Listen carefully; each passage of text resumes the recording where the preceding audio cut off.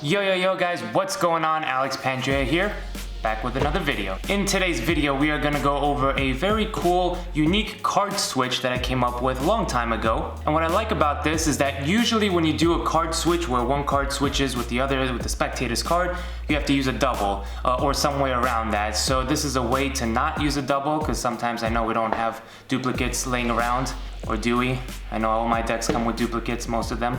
But anyway, it is a cool, easy way to do a card switch effect that I think you're gonna like. Now, before we get into the tutorial, the packs, the hard knocks, sold out in less than a day. Now, we didn't make a lot of them, so I wanna know your thoughts. If you missed the chance to get, or if you want more, comment down below if we should make more of these, and I definitely will look into it because I read every comment and every piece of feedback. Now, with that being said, it is the time everybody has been waiting for. We reached 10,000 followers on Knock Playing Cards on Instagram, and I promised everybody once we reach 10,000 followers, I will reveal what the My Knock project is, hashtag My Knock project. So what is it? Well, I will give you a little bit of info now. I'll reveal what the main project is, but the way that we're gonna do it is still something that I'm gonna need your help with, because it does involve everybody. So what the My Knock project is basically a collaboration between me and you guys, the community, to create a deck of cards. Now, what I mean by that is everybody who has purchased in the last few months from houseofplayingcards.com has gotten a little sticker.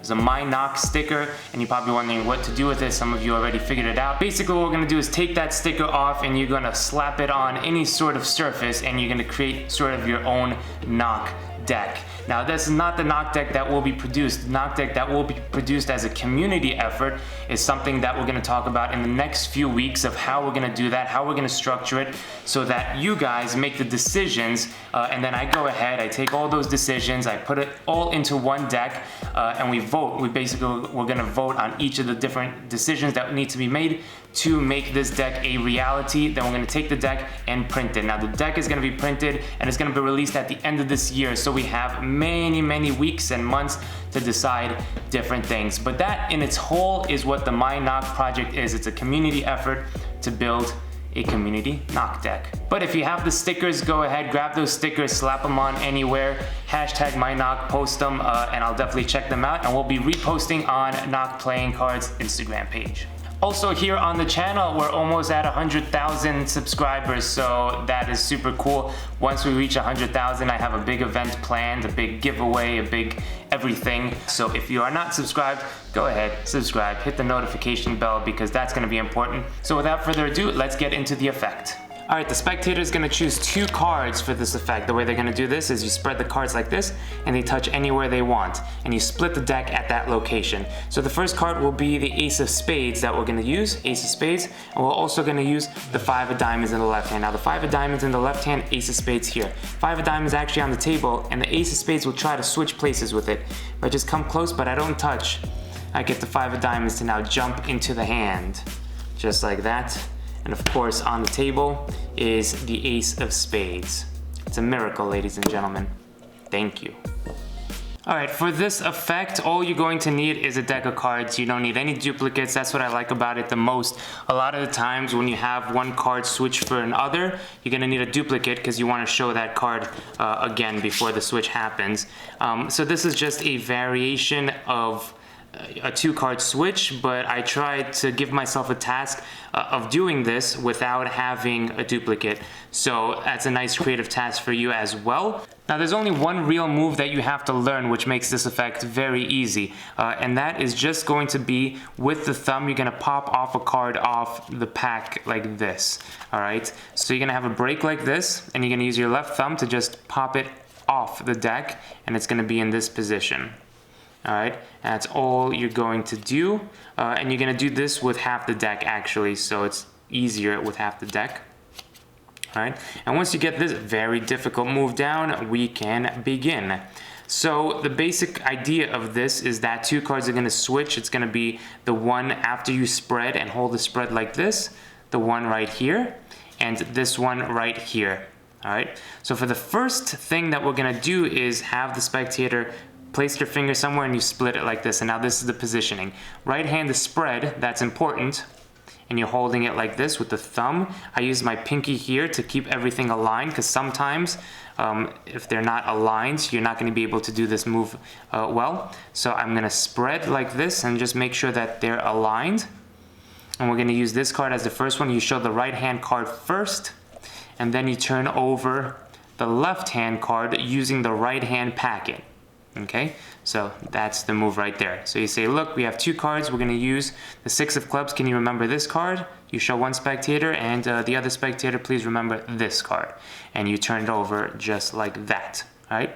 Now, when you ask them again, here's a little bit of misdirection needed, because this is probably the hardest move of the whole effect. And you're going to switch the 4 of hearts for the 6 of clubs. All right, now this is used as a control usually, but this time we're just going to use it as a switch.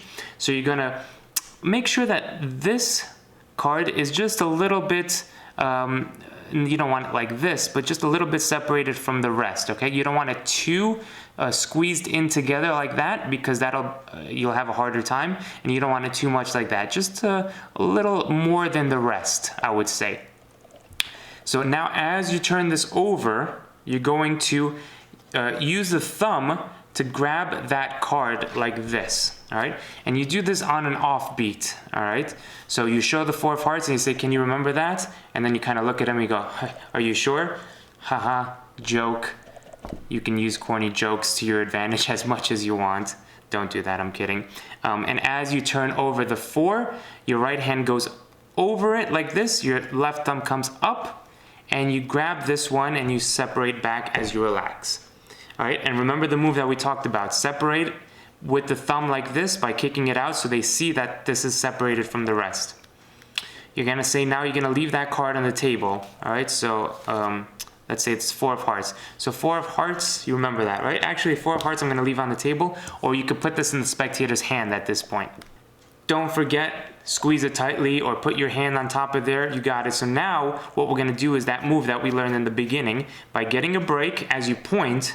All right, so you get a break, you point, you say something about that card, and then you're gonna come here and you're gonna stroke this part of the pack like this.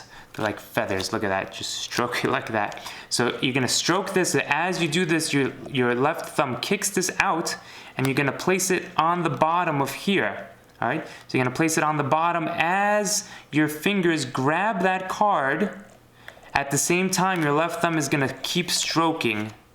Now, of course, you don't wanna go overboard. That would be overboard.